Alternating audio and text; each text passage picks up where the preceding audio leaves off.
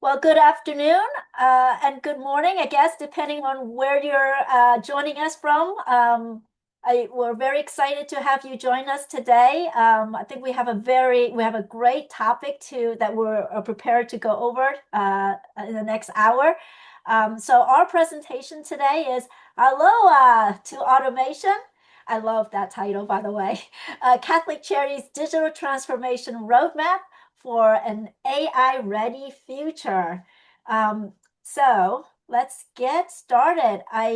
First, I would like to thank our two guests that are joining us for this presentation. We have Paul, and Paul, I apologize if I mispronounce your last name, but it's Paul Kobayashi. You got Uh, it. yay! Who is the former VP of Finance with Catholic Charities of Hawaii. And also joining us is Jean Shimabukuro, um, who is the Director of Finance with Catholic Charities of Hawaii as well. Um, and my name is Bulin Tran. I'm Senior VP of Financial Solutions with JMT Consulting. I think what we'll do first, Paul and Jean, maybe just do an intro, just a little bit of background. I can start first. I'm Bulin Tran. I am in the DC area. I've spent my entire career serving in the DC area, serving and supporting nonprofits with their back office accounting operations, leveraging various financial solutions. I've worked with numerous ERP solutions, including Sage Intacct, which is what we will be talking about today, along with Catholic Charities as well. Um, and I've also worked with a couple of other FP&A solution as well, some of which we do support, including Vena as well as Martis. Um, Paul, do you want to just take a quick minute, just maybe just introduce yourself? Sure. Um, Good morning, or good afternoon, or good evening, everybody. My name is Paul Kobayashi. I'm a former vice president with Catholic Charities. Um, my little history is I'm a CPA by trade or by education.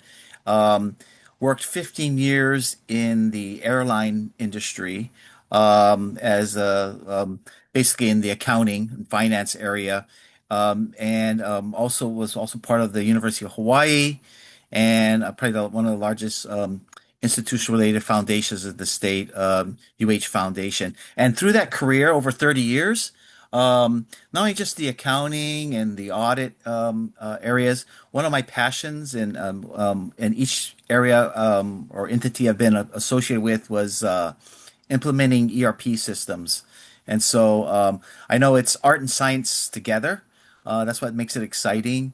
And we did something here at Catholic Charities as well too. So that's a little bit about my background. Maybe Jean. Hi, everyone. My name is Jean Shimabukuro. I'm the Director of Finance here at Catholic Charities of Hawaii. I've been at this company for about 5 years.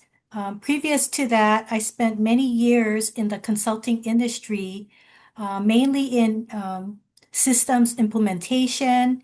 And it's a joy to do that type of work to bring um, the company, a step forward in technology and bringing data to light.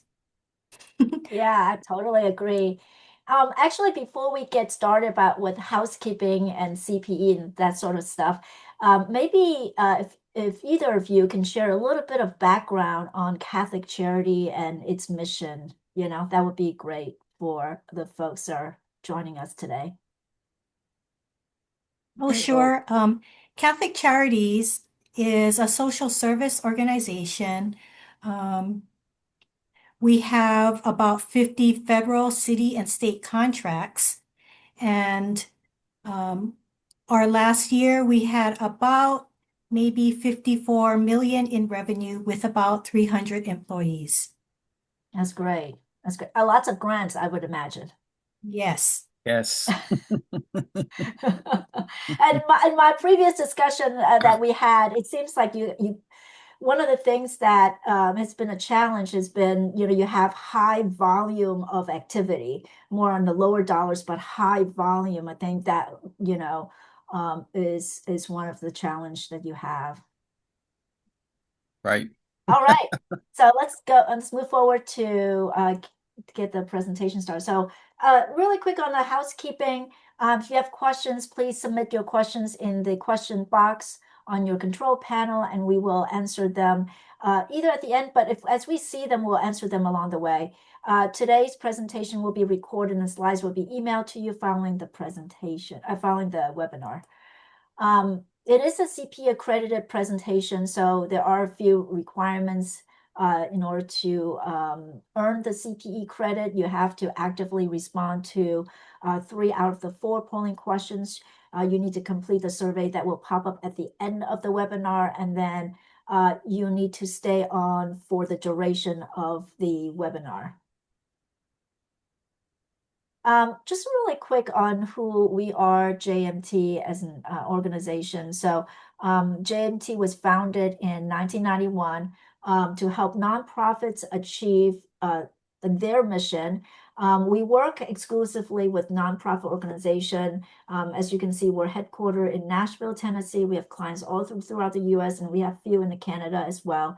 We serve over 2,000 nonprofits. Actually, at this point, more than 2,000 nonprofits across US and Canada, supporting nonprofits, back office accounting operations with financial systems, as well as accounting services. All right, so really quick in terms of what we do, our services, we provide comprehensive nonprofit finance solutions, which includes the implementation and support of ERP solutions, which include Sage Intacct, as well as MIP. Just a quick note, well, when MIP still had their partnership way back, a couple of years ago, we have a long history with MIP. And at one point we had 1,100 MIP clients, which is a lot. We're now down to around 400-ish.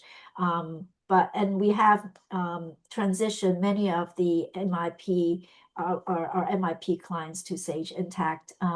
We also implement and support a number of budget management solutions as well. And incidentally, Catholic Charities are one of the solutions that we do support, which is Vena. Data services, we have a team of dedicated folks that supports our clients that need to integrate from one system to another. I would say, about 30% of our clients or so need an integration need that needs to integrate data from system X over to Sage Intacct, and that's what this team does. And then finally, we have outsourced financial services, aka managed accounting services, anywhere from fractional CFO to controller to staff accountant. So we provide support on all of that. I'm not going to go through all the details here, but that's part of what our outsourced finance services include. All right, really quick before we get to our learning objective, Innovate 2026. I know both Jean and Paul, you guys been to Innovate. And it is our user conference. It's an annual conference we held, Innovate in different cities every year. This year will be, as you can see in the backdrop, it is Washington, D.C. Innovate is a 3-day conference for nonprofit finance professional, where we bring together people, we bring ideas, atmosphere, experience, and knowledge where we can share. A lot of the speakers, presenters are coming from different areas, bringing different background, all related to nonprofit, of course.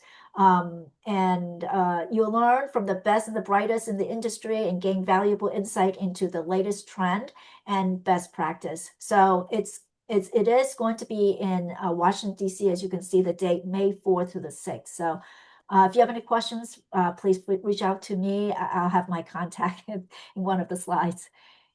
All right, so it is a CPE accredited presentation, so I wanted to make sure we go through some of the learning objectives for this presentation, which is understand what it really means to move from a legacy mindset to a modern automated finance office. We'll also be talking about learn why optimizing your business process today is the non-negotiable first step toward utilizing AI tomorrow. You got to fix the plumbing. I call it plumbing, but Mhm. you got to fix the issues that you have today as you are transitioning to some of these more modern systems. And then in terms of real world impact, how Catholic Charity of Hawaii reduced manual effort and improved visibility across their diverse program portfolio. So those are our three objectives that we wanted to accomplish in the next hour. So we are coming to our first polling question. So we just want to understand who is in the room with us, right? So if you are CFO, VP of Finance, Director of Finance, Controller, just check that off. If you happen to be an executive director, let us know that you are. If you're a board member or any other role, it would be D. That's sort of our catch-all, whether you're grant manager or other roles that you may have. So we just want everyone to um, respond to a poll. So we were hoping to catch everyone here. So, and we will actually share the results and see who's in the room joining us today. So I'm going to move this over here. So majority of the folks are CFOs, director, and in finance. And then we have the rest pretty much. Oh, we have a board member joining us. That's good to know. And then everyone else is in other financial roles. So that's great to see. All right. So let's move to our first question. And so we kind of group these questions in a couple of different categories. So our first one really talks about the challenges and the barriers. So I am going to ask you this question, Paul. So Catholic Yeah. Charities Hawaii manages a vast and diverse array of programs. You guys have a lot going on. What were the specific manual pain points or bottleneck that signal it was time for total digital transformations? Okay. Yeah. No, thank you. Hey, Bolin. Yeah, this is and so this predates I was a year before Gene, so I was definitely involved in this phase. Little context here. We talked a little bit about in the beginning, but so Catholic Charities, when I start right in the middle of COVID. So as you know, a lot of us in the nonprofit surviving that COVID period. Um, we had an interesting proposition, though. Here in the state of Hawaii, Catholic Charities was selected to assist with that rental assistance program across the country, the COVID rental assistance program. And so, if you can imagine, unlike our other peers in the state of Hawaii, we went from like a $30 million annual revenue. Gene mentioned we're about 50 now, but actually during the COVID period, we were as high as 120 million, and so Wow. we grew rapidly. And we had I even have my notes here. Our net assets grew like 61%. If you can imagine all the CFOs and controllers in the audience here, I mean that's just rapid growth. And when you have rapid growth in revenue, of course you can have rapid growth in related expenses as well too. So we have we're 50 programs, and so we had these enormous, large federal contracts, and it really exposed a lot of our weaknesses during that time. And when I just started, I do come from the public sector, corporate as well too. So there's some expectations. And as you know, in the nonprofit area or arena, we're challenged, right? There's challenges in terms of resources and talent, etc. So the growth that we experienced during that period really exposed the bottlenecks, and it really exposed the fact that the Catholic Charities, we had a 15-year-old accounting system, MIP, which JMT supports, but it was implemented like 15 years ago, and it had never been there had been no additional functionality, whoever the past administration when they implemented it. So if you can imagine, um, a lot of our interfaces with subsidiary systems was manual. So we had a lot of manual process. And when you have manual process, as you know, you have a heightened control environment, right? With those that much manual process, and the a lot of things became from a routine with growth. You have things that were normally routine that you could deal with, with some of these manual process became non-routine, meaning Mhm. everything would became an exception processing because of the growth and things had to get paid and processed on time. And so that was one of the reasons of the why we really need to move into a different system. The other that we recognized was I call it the cost of obsolescence. It was increasing every single year. If you can imagine, you know, you're putting in new applications, or you want to take advantage of new subsidiary systems, and the only way to interface it with your financial accounting system is manually, you know. And so that was always an expenditure. The other item that I think helped justify us moving in this direction was I mentioned too about resources, the lack of resources in the state of Hawaii. We have a small pie, if you will, of accounting, qualified accountants, if you will. In the state of Hawaii, we have it's an issue here in our state where we have out migration, and so a lot of talent is moving off, and so we're having to rely on, like a lot of our peers, third party or outsource accounting assistance. So we've been supplementing our accounting with a third party. So um, we thought that here's an opportunity to kind of maybe opportunity to minimize that if we move to something that's a little bit more automated and takes advantage with embedded AI functionality. It was the real benefit and the opportunity to take advantage of future technology. And as I mentioned before, what once was a fissure in our issues became a chasm and became a canyon, between what we had and what we should have. So that was really the part of the why we said, hey, we need to move in a different direction. Thank you for that. Yes, and just a comment coming from, the consulting view, right? You Yep. mentioned COVID, and I recall that, when COVID happened, a lot of nonprofits, if they weren't moving their accounting system, they were looking at other systems, Yep. that like AP automations, like other pieces, I would say, of the ERP system that could help them at least get through the hump, right? Yep. And I, it was a huge spike, specifically not just ERP, but also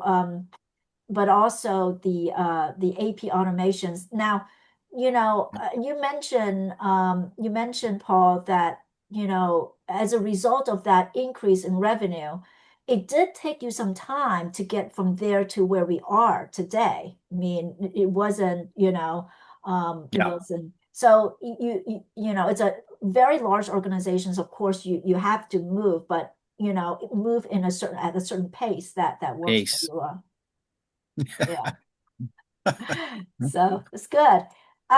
So I just a follow-up to that questions. So between technical hurdles and culture, we've always done it this way kind of mentality. Which was the bigger barriers to adopt, which was the bigger barrier to adoption for Catholic Charity? And I'm gonna ask Jean this question. Um, Really, the biggest challenge is really the adoption for the user. And really, it's a cultural um, hurdle. And, for a lot of people, they think that just simply changing your accounting system will speed up close. And it's really a larger view than that. It's not just simply changing your software, automating a few steps. It's really fundamentally about how the organization really operates and their mindset. You have to shift away from that legacy way of thinking and Hmm. have a more modern approach to technology, to data, and to processes to really make an impact and start your journey to automate your finance area. Yeah, I totally agree. Yeah. And Yeah. along with culture is also process.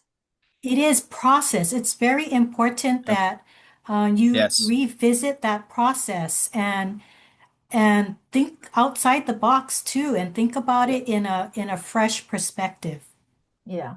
And I hate Yeah. to say this, but change is actually not easy. Oh, And it's so Mhm. hard. No. it is not easy at all. Um, and sometimes the process includes how you were doing things one way and changing it how you would do things differently. And interestingly, even just before we're talking, I was talking to a client, and I'm helping them with an implementation for that. And one of the things we were talking about, the folks in the room was talking about managing revenue. Even that was an issue for them. And I mentioned that you have to understand what your current process is before you can transition to the new process. You have to understand the current state before you move to the future state. And yeah, it is an implementation isn't all just technical. And sometimes I will say a successful deployment is 30% technical and 70% process and people. Yeah. Um, yeah, absolutely. Yeah. Thank you. Yeah. Let's move on to our next question. Um, 1 second. All right. Oh, we are up for our question number two. Let me see here. 1 second here. The question number two is, um, there's a bit of a delay. So question number two has to do with month end. So on average, how many business days does it take your organization to produce a full board-ready financial package for month end? Is it 1 to 5 days, 6 to 10 days, 11 to 15 days, or never ending close, 15 or plus days, and we're always, behind schedule? Um, so we'll see where things, I mean, when we talk about moving to a more modern ERP, one of the objective here is to have a shorter month-end close process. I mean, that is one of the objectives. I'm going to share this.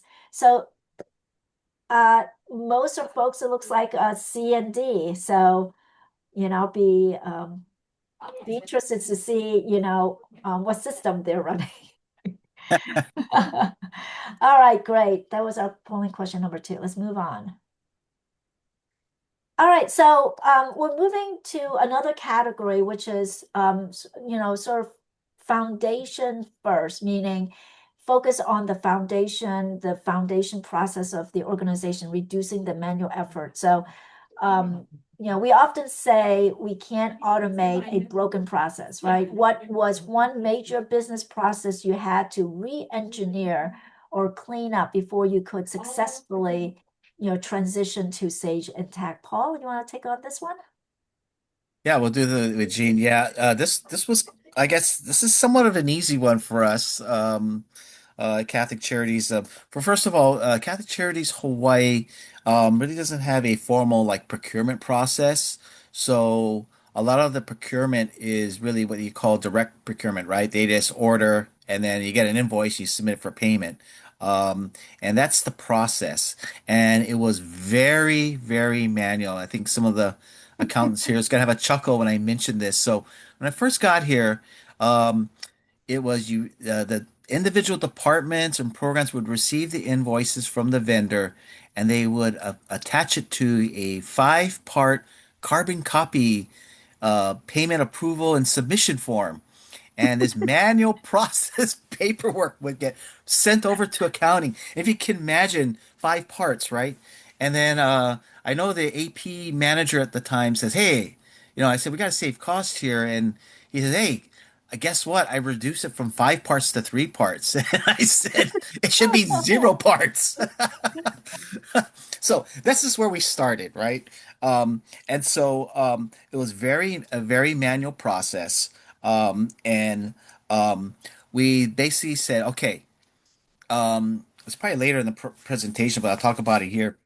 We did kind of a crawl and then walk, and we're in the process of trying to run here, but we started with, hey, how about scanning those invoices or those payment requests and sending it over to accounting? And we started with that, just scanning, just having the program scan the documents to make it just digitize it, right? Versus sending it over to accounting manual and having accounting forced to scan everything, right? That's one. And then we moved into, well, how about scanning, but also scan the payment approval, and we had a separate payment request form and approval form. Scan that along with the document and send that. So we started there, and then we basically licensed with Adobe Sign, and we had them put it all together in a package and then use Adobe Sign as a form of workflow to basically submit that document electronically, following a workflow, and then it would end up, of course, in accounting. But in accounting, they still have to manually input it into the system. That's where, it kind of stopped in our old system. So what we did in advance was kind of digitize, if you will, some of the accountable documents in the form of um, licensing with Adobe Sign. We looked at DocuSign for those of you on the call. As you know, they're quite expensive. Would recommend looking at Adobe Sign as possible an option. It's a little cheaper, and at least you get toward having the organization think about documenting or digitizing documents. So that helped at least digitize most of the countable documents before implementing Sage Intacct at Catholic Charities. So that was very helpful. Right, right. Thank you for that. We're gonna move on to the next question. So, Okay. um, again, in the same topic, everyone wants a faster month-end close. What specific manual tasks did you eliminate that moved the needle most for your team's efficiency? I'm gonna ask Jean if you. Gene? Yeah. We actually do quite a bit of manual work and a lot of spreadsheet work that was very, very time consuming. One of the highlights that we're using within Sage is called allocated expenses, dynamic allocation. But what we used to do before Sage was we had all of our expenses to be allocated, coded directly to an expense account. And a suspense account, like a pool of invoices that were allocated out to the rest of the organization. But in that suspense account, we had everything from utilities, supplies, equipment repairs, you know, maintenance costs. And so someone would sit there every month and code each of these invoices and then put it on a spreadsheet and calculate the allocations across the organization. Then we'd put together a manual journal entry, and then that would be keyed into the system.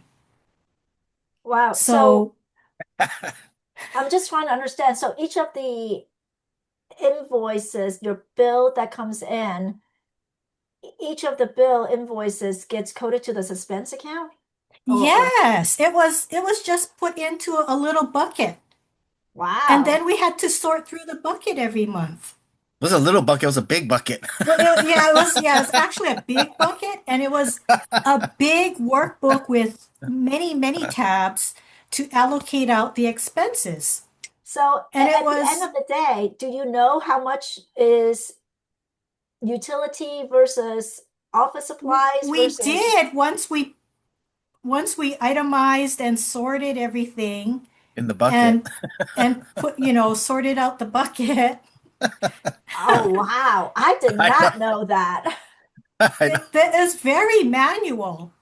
Yeah. Oh my Yeah. gosh. Oh And my that was one of the gosh, it's and that right. and that was one of the cultural changes, right?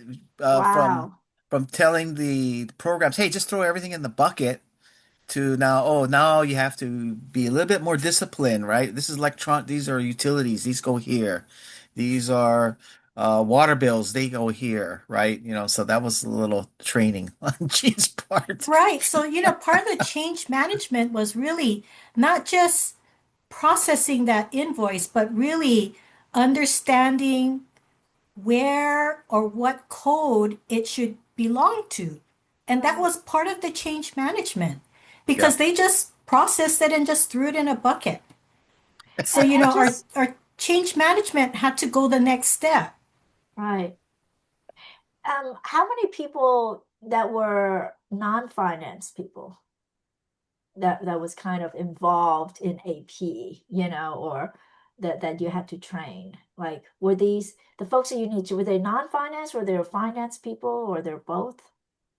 Actually, there's a lot of people within the organization that are able to put in what we call a check request. Mm, And that check request, some of those items went into the suspense account. We also had a credit card where they threw items into the suspense account. So across the organization, it was a lot of people. wow.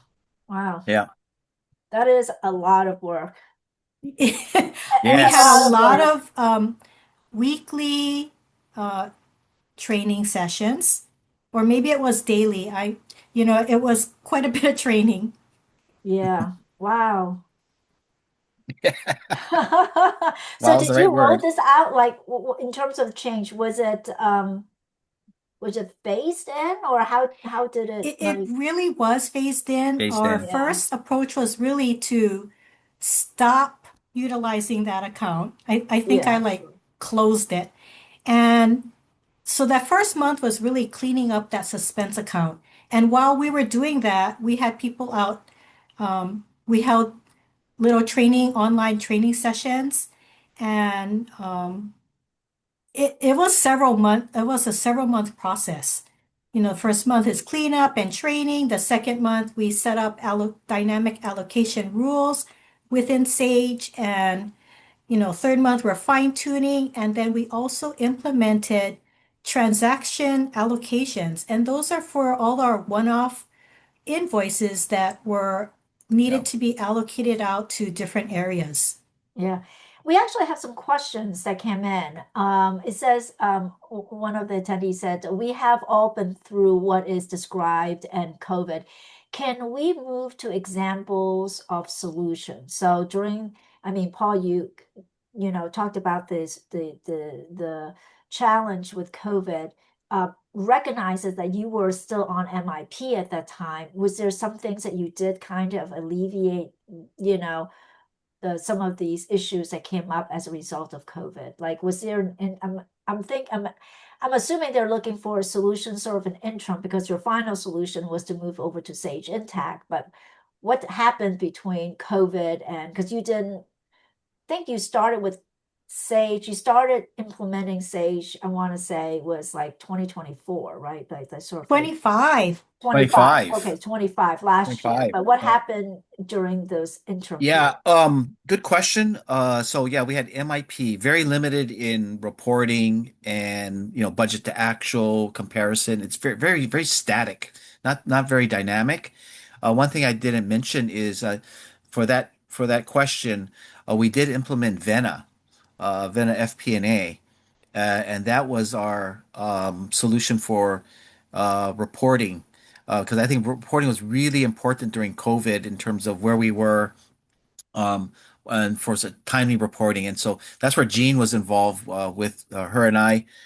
She assisted with implementing our Vena solution for the reporting to kind of bridge us over until we started moving toward looking at an ERP replacement, and of course, having that um, synchronization with Vena, I think was one of the considerations. And so we use Vena for our budgeting as well as our reporting, which kind of carried us during that period. And one other item I probably failed to mention is we also implemented Bill.com for AP. Okay.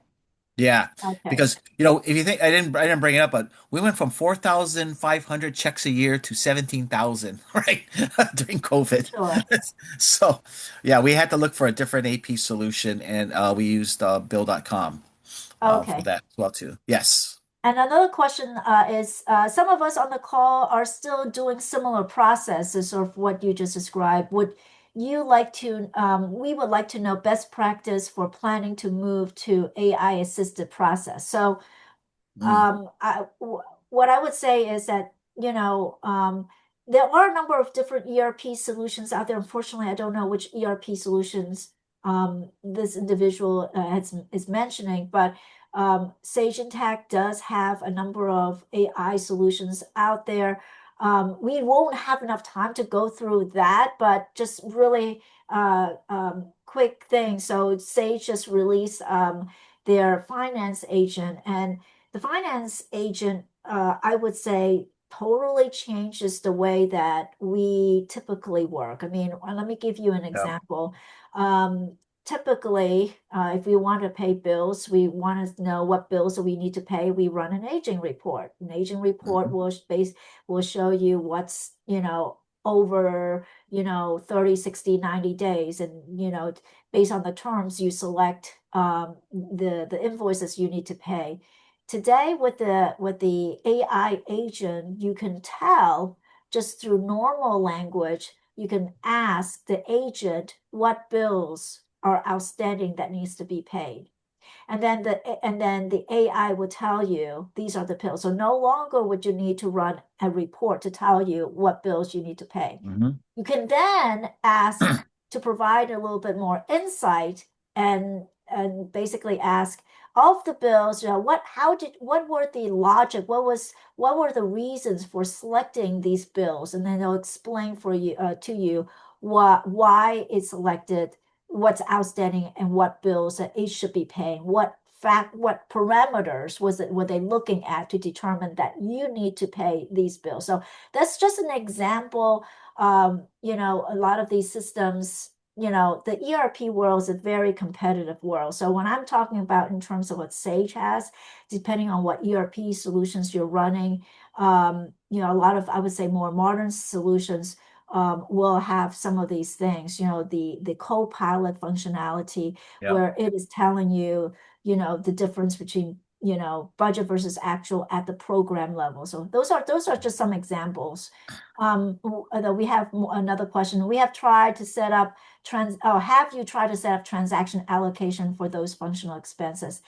I guess I think Jean, you mentioned that you were Yes. doing a bucket. Gene, Some of these systems have what they call transactional allocation. So you can Mhm. kind of split it at instead of putting a bucket, just split it right there. I wasn't sure. The question was, have right, you Yes, explored it? we right. utilize that function, and the way it works is once you code that invoice, it'll automatically split that invoice at the time you process it.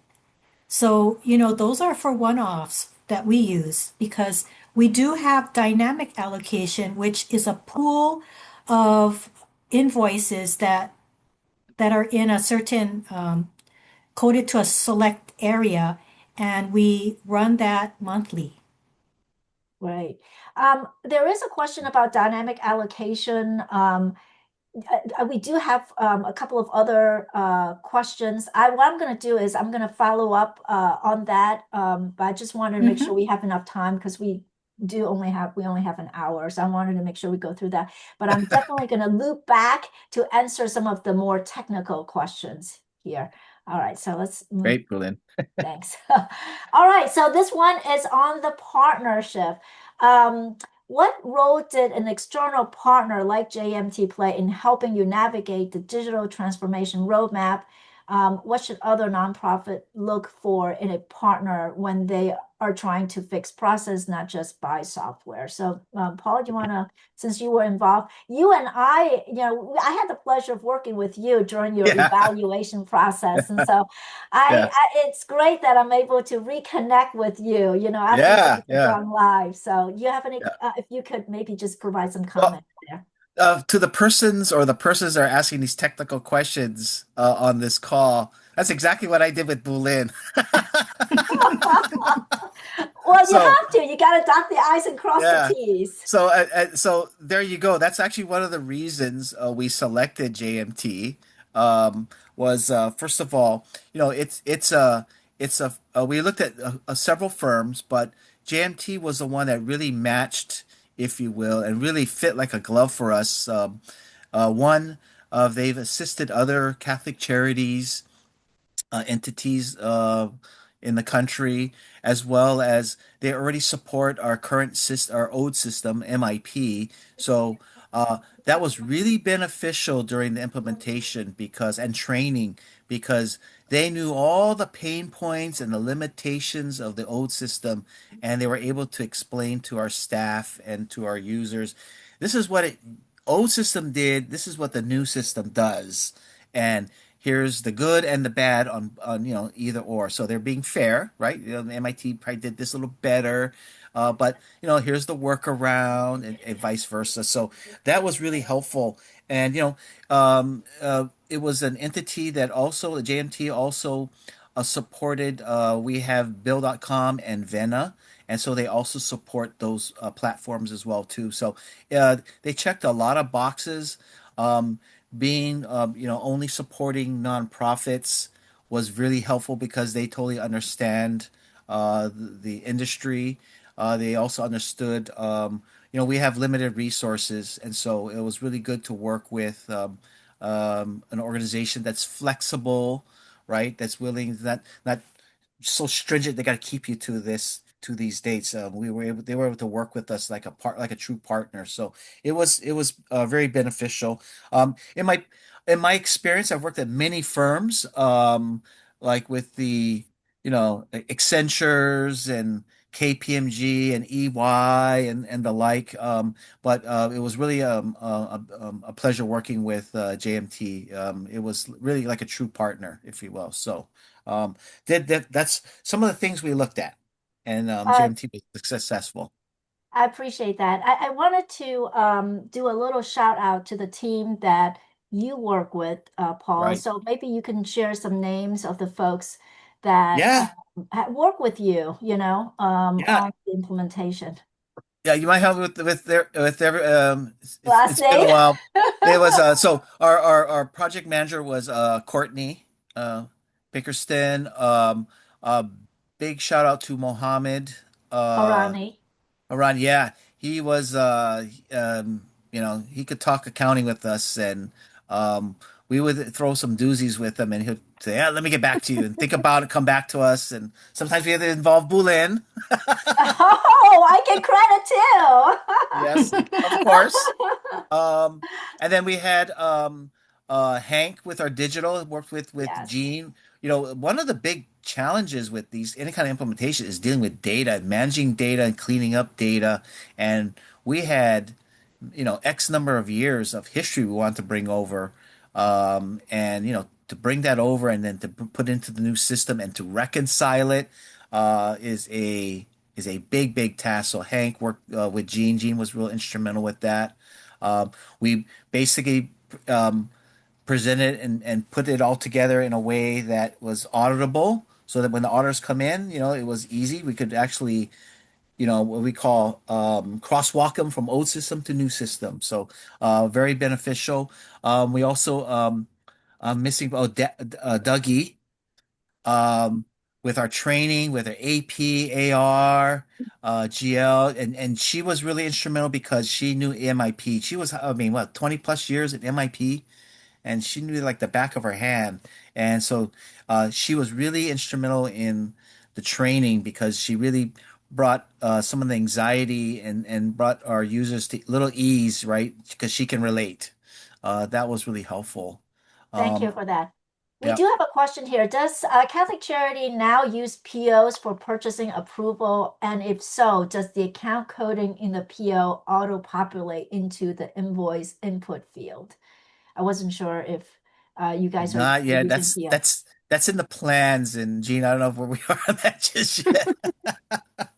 That is something that we're seriously considering for the future. We have not implemented that yet. Yeah. Okay. Okay. That will be a That's big culture shift. yes. Yes. So Sage Intacct has PO and Bill also Yes. integrates with the Sage Intacct Hmm. PO as well, just Yes. FYI. Yes. All right, so let's thank you so much for that. Really appreciate it. Yeah. Well, Another question here is how did you convince non-finance program directors that this digital shift would actually help them spend more times on the, community and less time on paperwork? And um, if you yeah, could, Gene, I can talk about this. Catholic Charities of Hawaii, they're human services, um, a lot of the program directors, and it's almost like we live in Missouri, right? Show me state.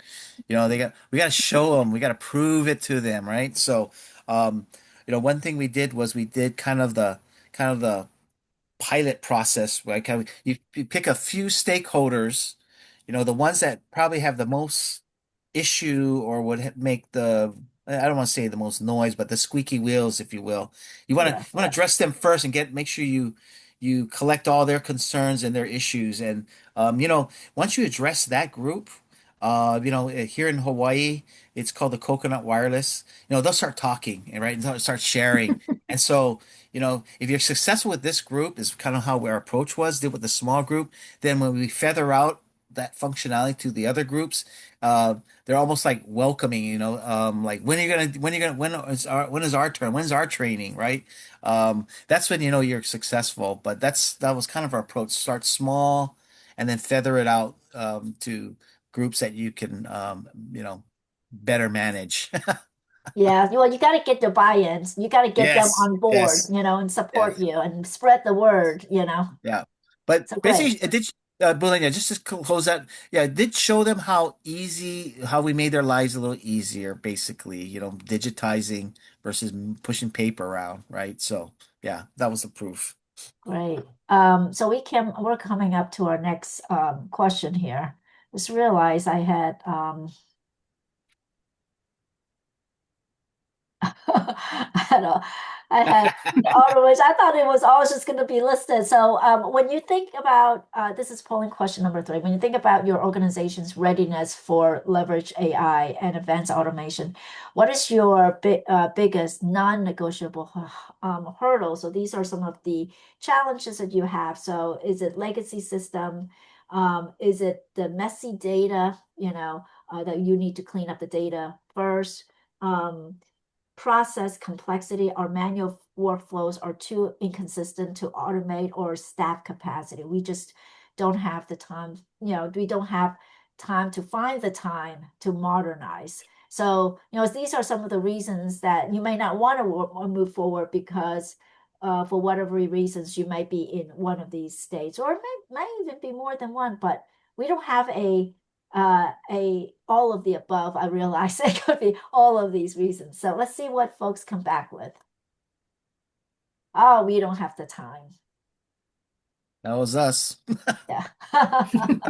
We don't have the time. So yeah, it does happen. One of the question when I've talking to a good number of CFOs out there, and one of the questions I've asked in the past is if you had to do things over again, what would you've done differently? And multiple times I've heard from what I've heard is we should have transitioned sooner.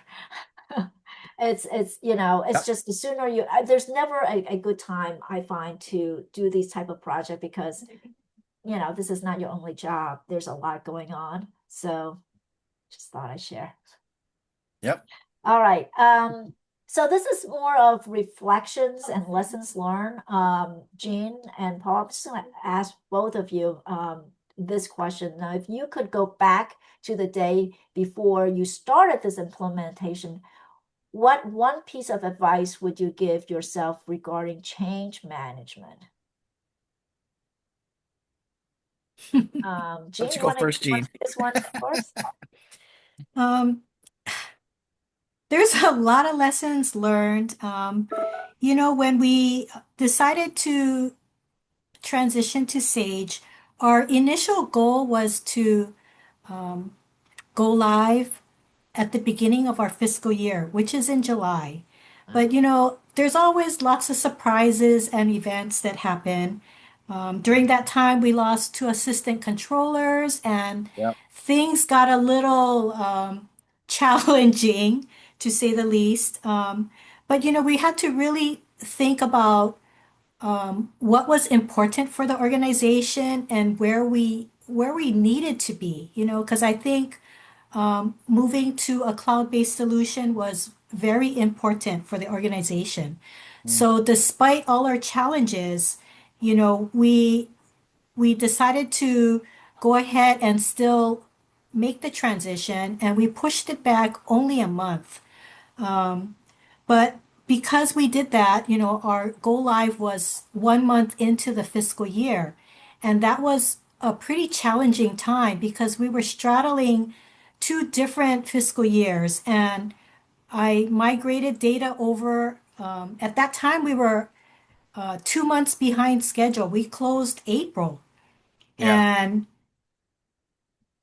here we are in July, and we just closed April because, we were two positions down. And, we've Mhm. migrated over April, May, June, July into the fiscal year. And I had to reconcile all different ways. And looking back at it now, perhaps a mid-year conversion would would have been easier because I was crossing fiscal years and we closed out our old year in Sage. And, we went through audit. And so part of our data was in Sage, part of our data was in the old system. And so that was a little challenging. So yeah, I would consider doing a mid-year conversion. Yeah, you were trying to do everything. You were trying to do everything as quickly as you can so that you would have the same year end, but didn't end up going that way anyway in the end. That's what you're saying. Yes, Because you yes, Yeah. had to, so Yeah. so you would have done differently, just basically just consider mid-year, not drive everybody, just giving yourself more time. I was gonna say that yeah, was crazy, but Yeah. just giving yourself more time with that. yes, Yeah. Yeah. Okay, great. I would have that Oh, same advice too. I mean, really, sure, consider mid-year, kind of a mid-year implementation, I think, especially if you're, don't have time for time. sure. Um, short, short on resources, that's probably something to consider because, year end, you're also dealing with, closing the books for the year, preparing for the audit.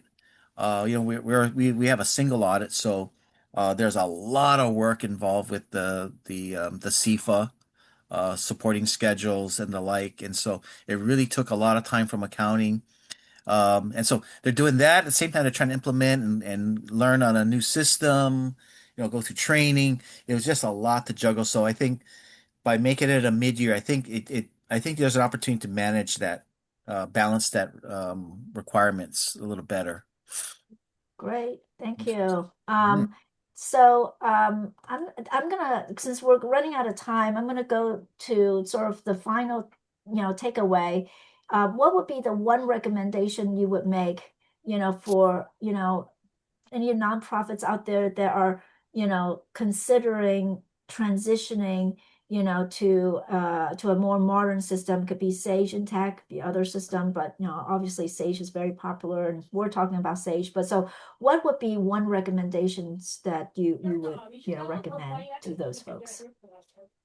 Paul, you want to take this one first? Yeah. We talked earlier, start now. Really. One I always use the term, this is one of my mantras, I guess comes from my past life. You remember FedEx? They used to have a sales pitch, moving at the speed of business. Um, That's always where the goal, right, is to move in that direction. And I'm always a believer, also have a mantra of, financial data is a perishable commodity. Mm, So you want real-time data as much as possible. And the only way to get there really is really look at, you know, these new systems, and you really want to future-proof your system, financial system. And I think looking at these new ERP systems with the embedded cloud-based and with embedded AI, I think is will do just that for your organization. So yeah, look at those capabilities, look at those interfaces with your subsidiary systems. I think it would really um, go a long way in terms of supporting your decision. right. Jean, what are your thoughts I on that? I completely agree that you should really start now, seriously start now. And I hear the saying that you don't have time, but you really need to make that effort because your efforts today, I think, will be fruitful in the future, you Yes, know. Right. And I would have started yesterday if I could. We should have started years ago. I know. Right. We have a couple of other questions that came in. How instrumental was using Bill.com in your change process? If you had to start in one process, would it be AP? Um, so right now, before I left, we have a hybrid system. We were using Sage AP as well as Bill.com. Mm, And we use a lot of our federal programs specifically for certain programs just because of the dollar and the volume. A lot of the payments are like homogeneous as well too. We use Bill.com for that piece. mhm. For the corporate entity, we've been using the Sage AP. But the vision is to move everything over to the Bill.com solution at some point. Where I don't think we're there just yet.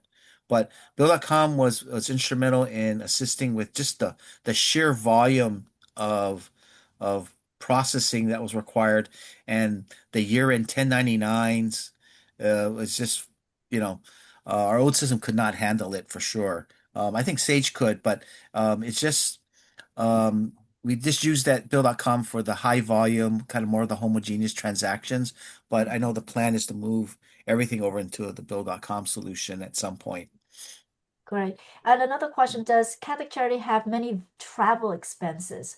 Are travel authorization tied to expense report in Intact? Do you use the expense report? Do you use expense management in Sage Intacct? How do you manage I think the travel expenses? That was the question. We actually don't have that much in travel. A Travel. lot of it Okay. is on our credit card, actually, Okay. where people are charging directly on our credit card, and the receipts and everything are attached at that place. Yeah. Okay. Great. And what do you use for your credit card to manage those credit card expenses? Is that done in Sage or do you use like Divvy in Bill.com? Because that Yeah. We use So Center. Yep. oh Center, Center. yeah. So we Oh, have a okay. we use a SaaS, cloud solution, spend Got it. management system. There's a lot of them out there, right? Ramp, Yes. Center, Divvy. Yeah. Perfect. That's right. You did mention it while I was engaging with you that you use Center, and I didn't Yes. remember. That was great. So we're actually pretty much close to the end. One final question is our polling question number 4. I'm just going to zip through this. And uh, just as an FYI, we're very, JMT is very engaged when it comes to sort of our thought leadership webinar topics. And so we have another event in April. We probably have more events than this, but I just wanted to let you know the one that is April 16th, not April 15th.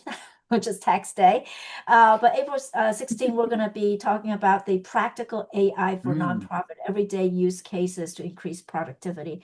So I think if anyone that's interested in learning a little bit more about how AI is being used in financial solutions like Sage Intacct and other AI platforms, Microsoft Copilot, ChatGPT, Gemini, those things, that's a great presentation to address that. And then finally, yes, we mentioned about Innovate just a few minutes ago. It is in May. So if you have any questions, feel free to send them over to us. I just wanted to, and we're running out of time, so I wanted to thank everyone for joining us today. And thank you so much, Paul and Jean, for joining me. This has been a great presentation, and I really appreciate your insight and your time and helping us out with this presentation and sharing your experience with the nonprofit community. Thank you so much. And thanks everyone for joining us today. Thank you. Thank you. Aloha, everybody. Thank you. Bye, everyone. Bye. Bye.